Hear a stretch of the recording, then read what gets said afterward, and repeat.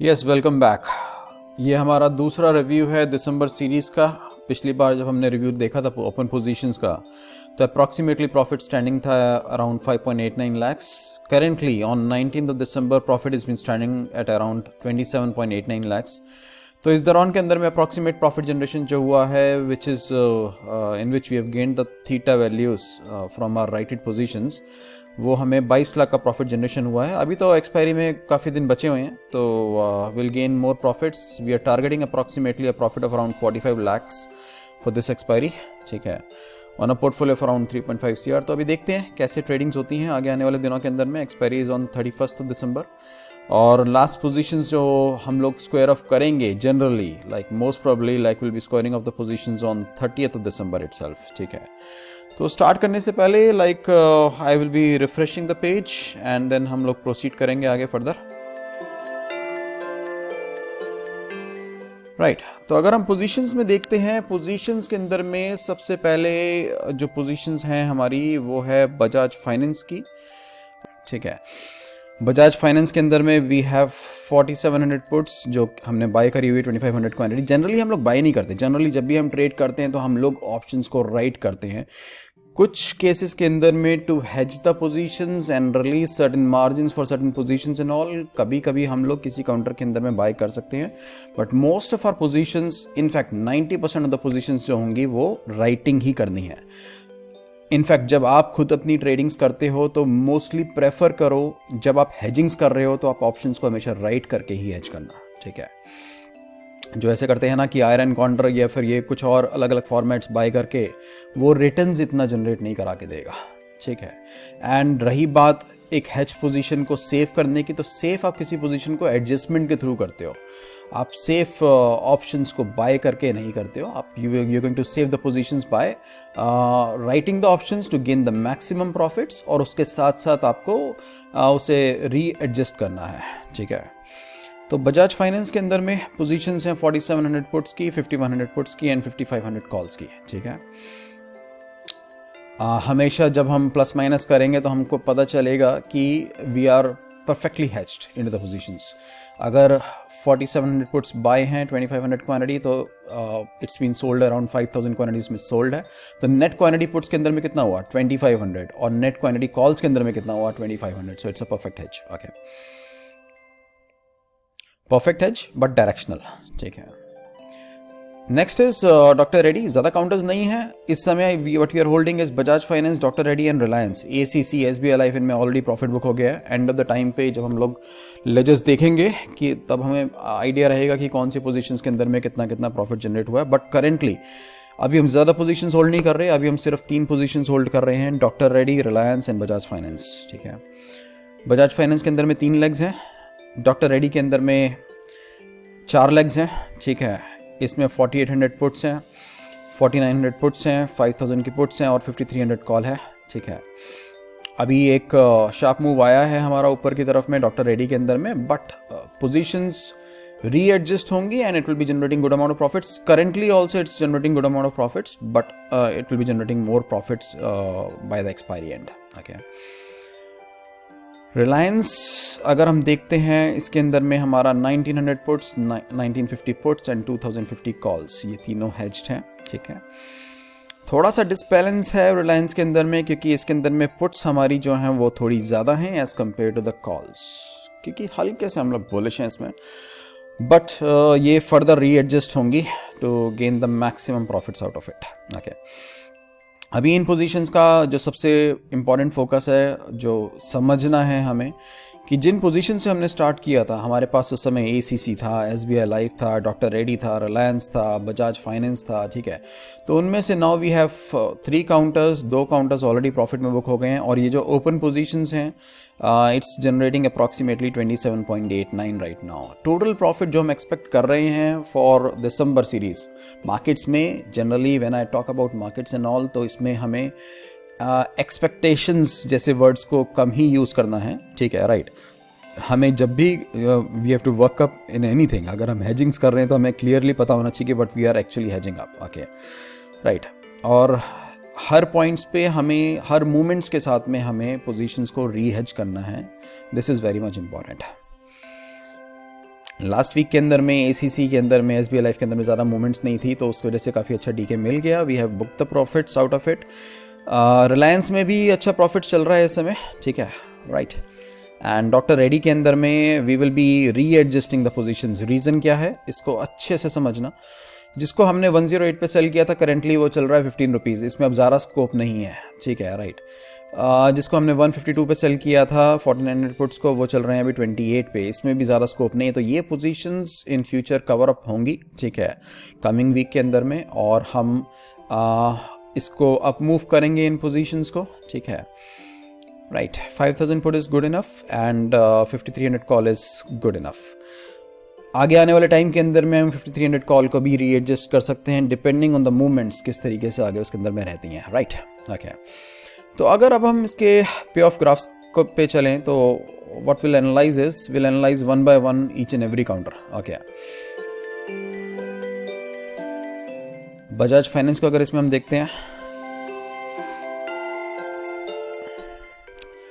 तो बजाज फाइनेंस की जो ये पोजीशंस हैं इसका पे ऑफ कुछ इस तरीके से है।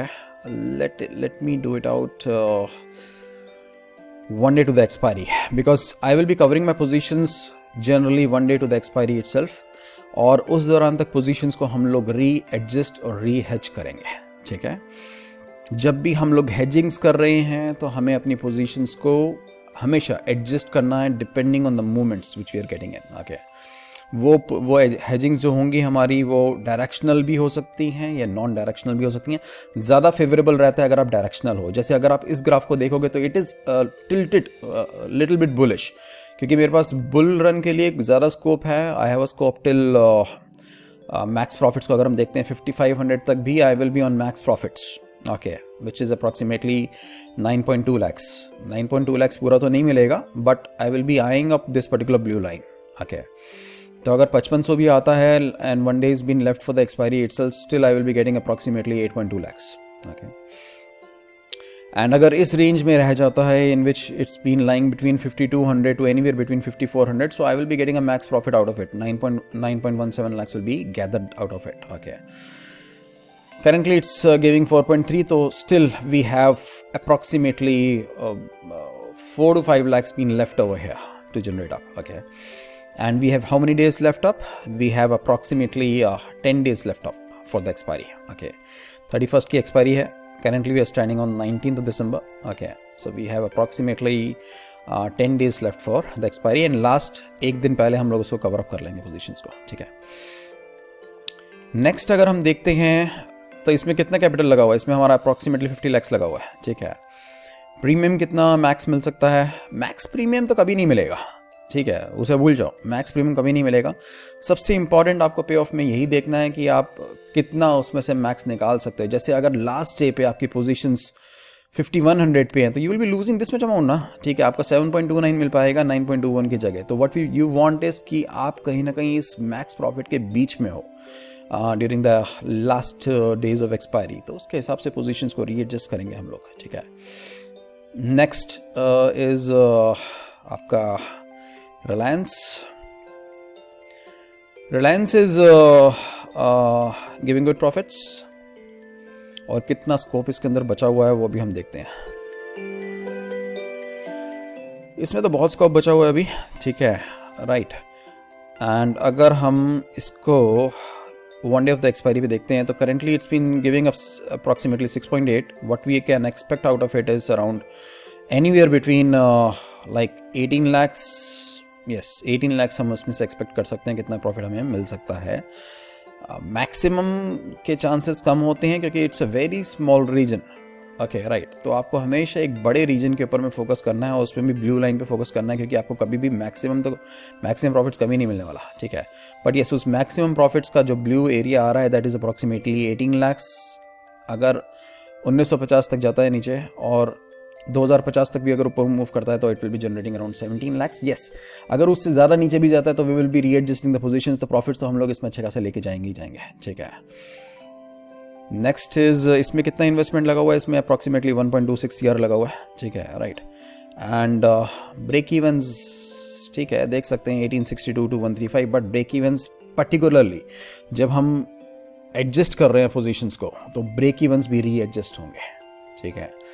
तो इम्पॉर्टेंट ये लेवल्स नहीं है, इम्पॉर्टेंट ये लेवल्स हैं जहाँ पे you are getting the maximum profit, क्योंकि मैक्सिमम प्रॉफिट चेंज अगर आपका होता है तो then you have to readjust the positions, right.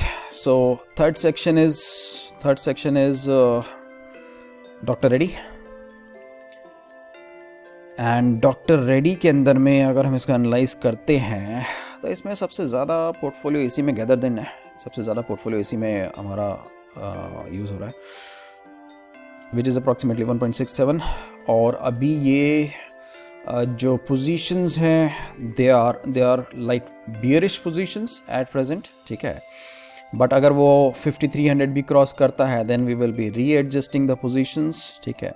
क्योंकि जो हमारी पुट्स हैं, अगर पुट्स को देखोगे तो 4800 पुट्स हैं या 4900 पुट्स हैं, ये ऑलरेडी अपना सारा गेन दे चुकी हैं, जितना उनको देना था मैक्स गेन दे चुकी हैं, ठीक है। मतलब 15 से कहाँ मैक्सिमम 0 तक जाएगा ना, वो भी लास्ट डे पे हमारा कितना 4-5 रुपीज़ पे होगा, ये भी 28 से कितना जाएगा मैक्सिमम 10-12 रुपये तक, ठीक है। तो मैक्सिमम प्रॉफिट्स ये लोग दे चुके हैं, तो इसलिए इन पोजीशंस को हम लोग एग्जिट करेंगे और अपने प्रीमियम्स को और बढ़ाएंगे, ठीक है। तो we expect good amount of profits from this particular deal. अगर काउंटर ऊपर मूव करता है तो ऑब्वियसली हम रीएडजस्ट करेंगे अपनी पोजीशंस को, ठीक है। और हेजिंग्स में यही काम करना है आपको, हेजिंग्स के अंदर में you have to sit on the maximum profits, you have to readjust your positions, and readjust करने के लिए you need to be having an experience, पूरा एक्सपीरियंस होना चाहिए कि मार्केट्स बुलिश हैं या बियरिश हैं। बट अगर एक्सपीरियंस नहीं है तब भी आप अच्छे इंस्ट्रूमेंट्स को यूज़ करो। अच्छे इंस्ट्रूमेंट्स कौन से होते हैं? अच्छे इंस्ट्रूमेंट्स वो होते हैं जिनमें लिक्विडिटी होती है, अच्छे इंस्ट्रूमेंट्स वो होते हैं जिनका आईवी बहुत अच्छा होता है, अच्छे इंस्ट्रूमेंट्स वो होते हैं जिसके अंदर में आईवीपी आईवीआर काफ़ी स्ट्रॉन्ग रैंक पे इस समय चल रहे होते हैं। अच्छे इंस्ट्रूमेंट्स वो होते हैं जिसके अंदर में you can gain profits, you can readjust the positions, you will gain it with experience, ठीक है, राइट। तो इसको हम कंक्लूड करेंगे यहाँ पे। बेसिकली मेरे पास ये क्वेरीज आ रही हैं कि कुछ कोचिंग्स हो जाएं, कुछ क्लासेस हो जाएं, तो I tell you very frankly इतना टाइम भी नहीं है, और coachings classes I will not be able to provide up, ठीक है, right, for any of the things and all. And फिर कुछ रिक्वेस्ट ऐसे आती हैं मेंबरशिप ओपन करने के लिए, तो सी ये चैनल मोनेटाइज करने के लिए नहीं है, ठीक है, राइट। इस चैनल पे और मोनेटाइज करके कुछ जनरेट भी नहीं होगा, ठीक है, right. I am generating much more from that from the markets itself, ठीक है, राइट। बस हाँ, एक चीज़ है, अगर आपका you want to learn really तो I will give you time, okay. उसके लिए you don't have to give me anything. आपको अपने रीजन के अंदर में, जिस भी रीजन में आप हो, अपना 100 लोगों को आप अपना फूड दो, 100 लोगों को अपना फीड कराओ, ठीक है। नीडी लोग होने चाहिए जिनको बहुत रिक्वायर्ड हो, ठीक है, उनको आप फीड कराओ, and I will guide you up into the markets, ठीक है। तो if you are doing some good work I will also stand with you and I will give you the guidance regarding the workings and all, ठीक है। तो this I will do, but उसके लिए you have to put forward the efforts, और वो efforts क्या होंगे? अपने रीजन के अंदर में, जिस भी सिटी में आप हो, जहाँ पे भी you are working up, 100 needy लोगों को you have to give them food every single month, ठीक है। एक मील दो, बेशक से हर महीने एक मील दो। अगर आपको मेरे टच में मेंटेन रहना है, मेरे से अगर टच मेंटेन करना है, तो I will require this kind of contribution from your side, कि अपने रीजन के अंदर में you are feeding 100 people every single month, चाहे महीने में आप उनको सिर्फ एक मील दे रहे हो, नो प्रॉब्लम, ठीक है, बट एक एफर्ट होना चाहिए, ठीक है। Once you do that, share the video with me, and then I will guide you into the markets with the best of my knowledge, ठीक है। जितना मेरे पास टाइम होगा, जो मेरे पास चीज़ें हैं, आई विल गाइड यू अप, जो मेरा एक्सपीरियंस है, and then will help you up in this. But what I want to suggest to you is in tradings को देख के don't start jumping into the markets straightforwardly. देखो, experience से चीज़ें होती हैं, ठीक है। ये पोर्टफोलियो जो इट इज़ अराउंड 3.5 CR, तो इस पर इतने रिटर्न्स निकालना इज़ गुड, ठीक है, मतलब सही है। अगर 45 लाख आप निकालते हो इसके ऊपर में, तो इट्स अप्रॉक्सीमेटली एनीवेयर बिटवीन 10 से 13%, और इतना ही निकलता है मार्केट से, ज़्यादा निकालने के चक्कर में मत रहना, ठीक है, राइट। रिटर्न्स आपको इतने, and this is very fabulous returns, मतलब 12% 13% a month is fabulous returns, ठीक है। कुछ महीने ऐसे भी होंगे you will be generating lesser amount, you will be generating 10%, you will be generating 8%, कुछ महीने ऐसे भी होंगे you will be generating around 15% a month, but this is consistently generating the profits. तो your workout must be to be into the option writing. Your workout must be always be hedged into the option writing. Okay. Directional hedgings करो, ठीक है. Right information होना बहुत ज़रूरी है. Without right information nothing is there. Okay. And दूसरा सबसे important part ये है कि इसके लिए पोर्टफोलियो चाहिए. हेज ट्रेडिंग्स के लिए you must have a portfolio with you. Okay. At least 25 and above portfolio होना चाहिए. Then only you will be able to do it out fantastically, because आपको अपनी पोजिशंस को रीएडजस्ट करना होता है, ठीक है. तो this is what my suggestion to you is. Okay. You can start learning, and once your portfolio grow big, then you can always jump into the tradings like this. Okay, right. Take care. Enjoy up your life. Okay, and peace out.